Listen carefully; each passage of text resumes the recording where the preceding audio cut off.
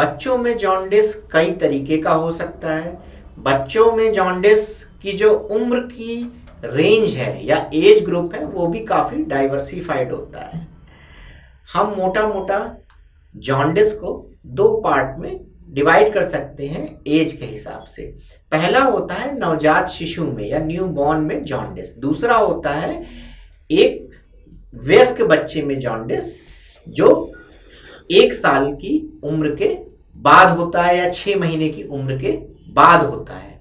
तो सबसे पहले आते हैं जो नवजात शिशु में जॉन्डिस होता है उस पर।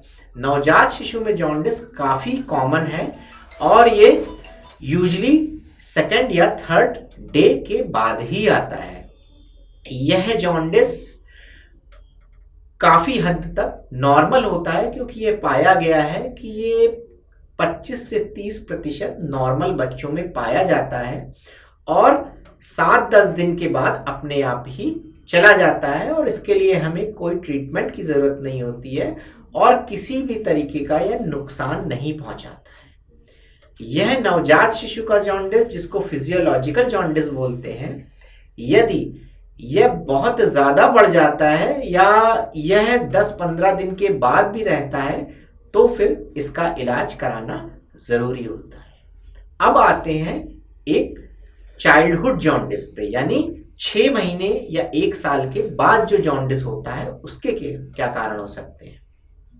यूजुअली देखा गया है कि जो 6 महीने से 1 साल या 2 साल की उम्र में जॉन्डिस होता है वो कई कंजेनाइटल डिजीजेस या जेनेटिक डिजीजेस की वजह से हो सकता है, जैसे विल्सन्स डिजीज हो गया और भी कई बायोकेमिकल डिजीजेस होती हैं। तो इसको हमें हल्के से नहीं लेना है और अपने पीडियाट्रिशियन के पास तुरंत जाना है। 3-4 साल की उम्र के बाद का जो जॉन्डिस होता है यूजुअली वो इन्फेक्शंस की वजह से होता है।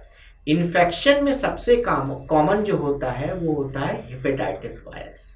हेपेटाइटिस वायरस में भी जो सबसे कॉमन होता है वो हेपेटाइटिस ए या हेपेटाइटिस ई होता है, जो कि खाने पीने से फैलता है, जो संक्रमित खाने से, संक्रमित पानी से फैलता है। यह भी बच्चे को बहुत ज़्यादा नुकसान नहीं पहुंचाता है और यदि प्रॉपर केयर दी जाए तो ये घर में ही मैनेज हो जाता है। जॉन्डिस के कुछ बैक्टीरियल कॉजेज भी हैं, यानी कुछ बैक्टीरिया भी हैं जो जॉन्डिस कर सकते हैं, जैसे टाइफॉइड।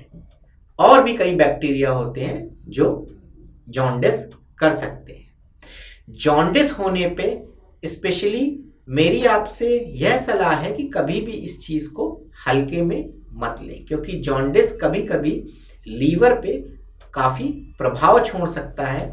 जॉन्डिस में हमें तुरंत अपने पीडियाट्रिशियन की सलाह लेनी है, जो कुछ टेस्ट कराएगा उसमें देखेगा कि जॉन्डिस का कारण क्या है और जॉन्डिस कितना व्याप्त है, उसकी सीवियरिटी क्या है, उस हिसाब से ट्रीटमेंट इसका होता है। यदि आपको यह वीडियो पसंद आया तो इसे लाइक करें, सब्सक्राइब करें और अपने मित्रों, दोस्तों, परिवारजनों के साथ शेयर करें। हम रखें आपका ख्याल।